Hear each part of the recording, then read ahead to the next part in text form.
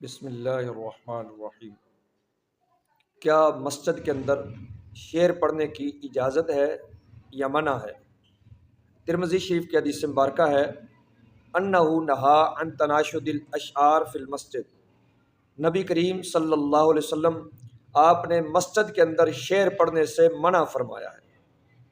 اور وعن البیع والاشتراء، اور نبی پاک صلی اللہ علیہ وسلم نے مسجد کے اندر خرید و فروخت کرنے سے منع کیا ہے کہ کوئی بندہ کہے کہ میں یہ چیز بیچتا ہوں، دوسرا کہ چلو میں خریدتا ہوں، تو مسجد ان کاموں کے لیے نہیں ہے، اس سے منع فرمایا ہے۔ وَأَن يَتَحَلَّقَ النَّاسُ فِيهِ يَوْمَ الْجُمُعَةِ قَبْلَ الصَّلَاةِ، اور جمعہ کی نماز سے پہلے حلقے بنا کر بیٹھنے سے منع فرمایا ہے۔ تو میری گفتگو شعر کے متعلق ہے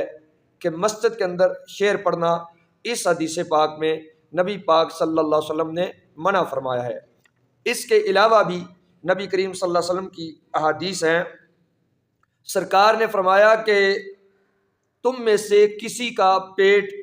پیپ سے بھر جائے، یہ اس سے بہتر ہے کہ اسے شعر سے بھرا جائے، یعنی اسے شعر سنانے یا پڑھنے سے بہتر ہے کہ اس کے پیٹ میں پیپ بھری جائے، تو یعنی یہ شعر سے نفرت دلانے کے لیے۔ اور دوسری حدیث مبارکہ میں ہے کہ نبی کریم صلی اللہ علیہ وسلم نے فرمایا کہ من رأیتموہ ینشد فی المسجد شعرا،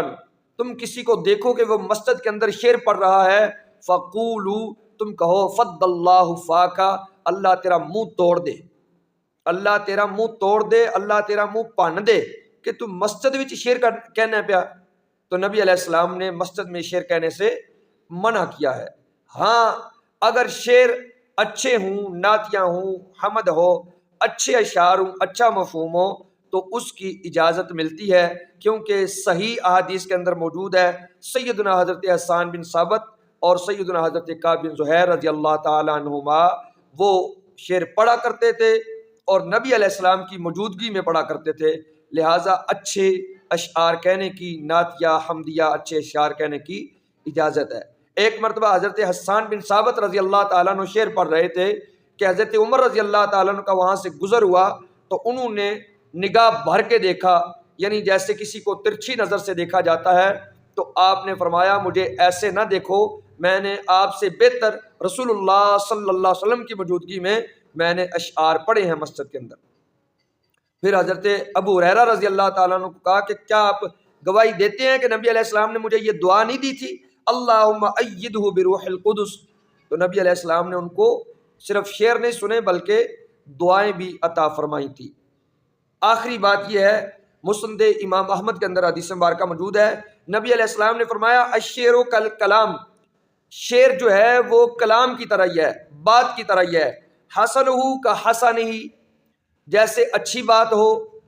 اسی طریقے سے اچھا شعر ہو تو وہ بھی ٹھیک ہے، اور بات بری ہو جیسے وہ بری ہے تو ایسے شعر برا ہو تو وہ بھی غلط ہے۔ تو پتہ چلا اشعار اچھے نعتیہ حمدیہ پڑھے جا سکتے ہیں، باقی اشعار مسجد میں پڑھنا منع ہے۔ اللہ سمجھ کی توفیق عطا فرمائے۔